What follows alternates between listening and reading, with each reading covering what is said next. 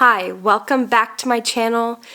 We're back in the living room. I feel like I never leave this living room, even though we spend absolutely no time in this living room as a family.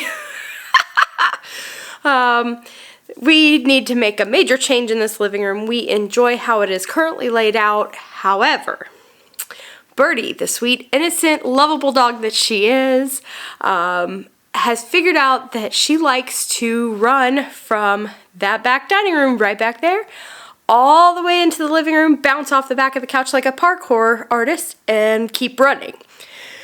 On more than one occasion, I have seen my lamps on the side tables do this number. So, we're going to rearrange our living room to prevent her from being able to do that.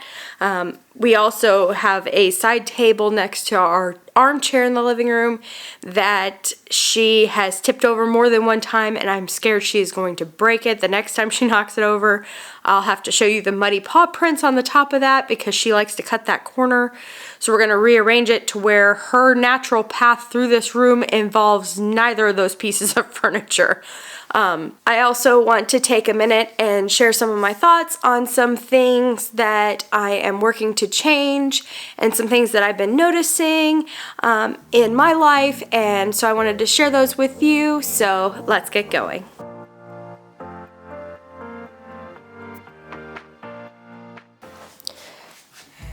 Like I was saying, literal paw prints. She jumps, and then the table gets knocked over.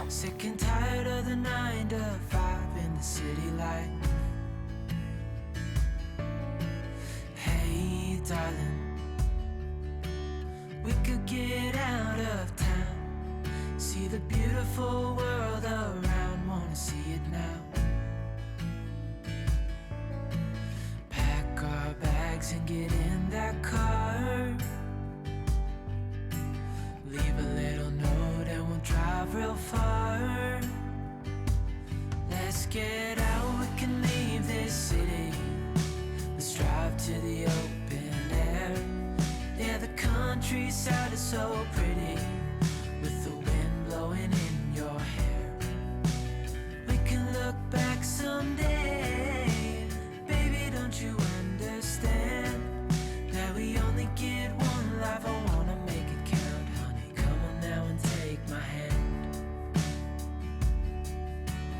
Hey, darling, I love it when it's me and you, on the road with a couple of tunes in a car for two.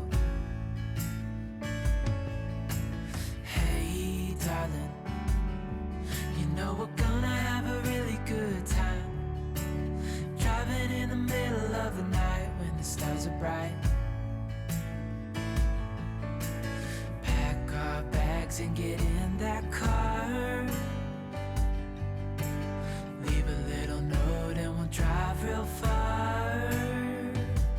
Let's get out, we can leave this city, let's drive to the open air.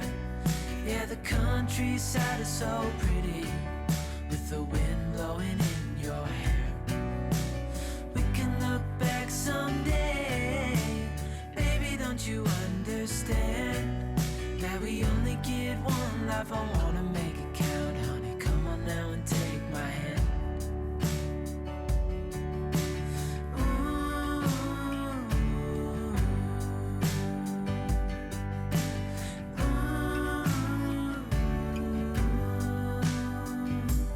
Let's get out, we can leave this city, let's drive to the open air.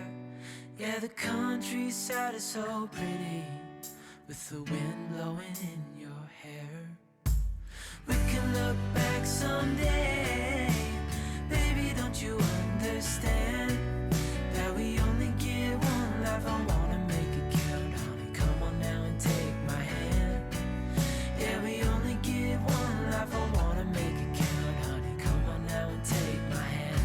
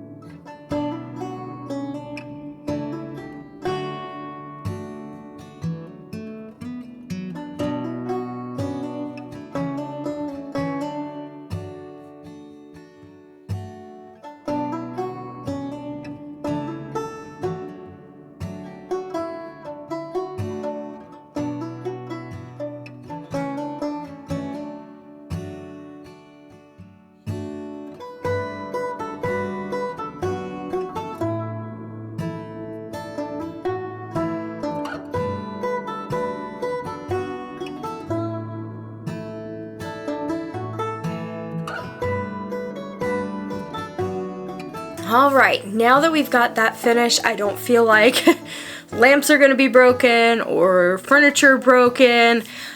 So I got that all taken care of, got some dishes taken care of, spent a little bit of time with my niece, which is all important. I have been sick, so please don't mind my voice. But now I want to kind of spend a little bit of time talking about some things that I've noticed and that I'm wanting to work through in my own life. Like I said in my last video, my anxiety's been really high. I was recently speaking with a therapist, and she was expressing how an increased screen time also correlates with increased anxiety and depression.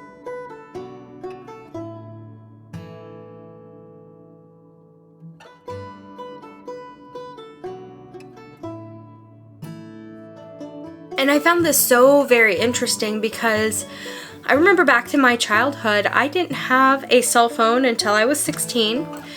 Overall, generally, I had limited screen time. I mean, I was a 90s kid, so we didn't really have much anyway. And we ran outside and we played, and our imaginations ran with us, and just we were creative and we figured it out, and we would just go and run and do. But then I noticed also in my history that the more screens that came into our home, or the more screens that I allowed in my life, the less active I was, the less creative I was. And that's kind of concerning. So I was just kind of analyzing, and growing up, I used to absolutely love reading. I couldn't read enough books. My aunt is a librarian, and they would be processing out books that were too old to be on the library shelves, and every year she would send a whole thing of books to us through my grandparents, because we lived out of the area. And I absolutely loved that time of year. I loved this whole new selection of books and getting to read, and what new adventures I would find, new characters I could meet. I would actually get in trouble for staying up too late reading books.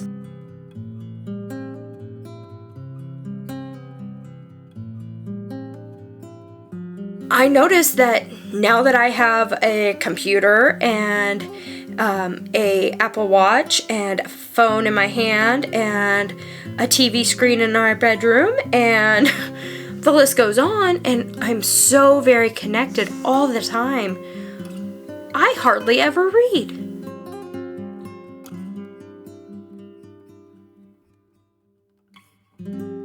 The other day I realized that I completed the first book I have read in probably 6 or 7 years. Other than, of course, school books. There were a couple of those that I had to finish, not by choice. But that's concerning when I used to love to read.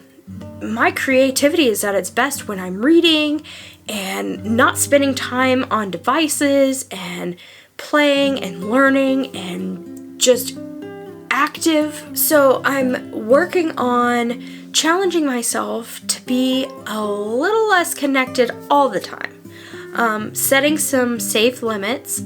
And funny enough, I've been thinking about this for the past couple days, and last night we were going to bed and our phones automatically set to this like sleep focus, whatever iPhone does, and it's not supposed to let notifications in.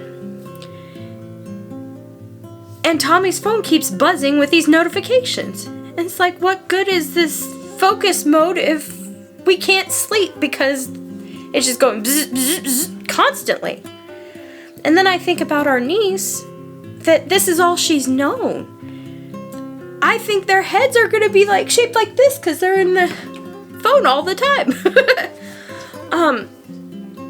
They don't know how to entertain themselves without a phone or a device or a show or quick imagery, and I don't want to be like that. I want to be able to sit in the stillness and enjoy the quiet and a slower pace of life. So I'm starting to leave my watch and my phone in the bedroom in the morning until I'm done with my quiet time, my Bible reading, my devotionals, all of that.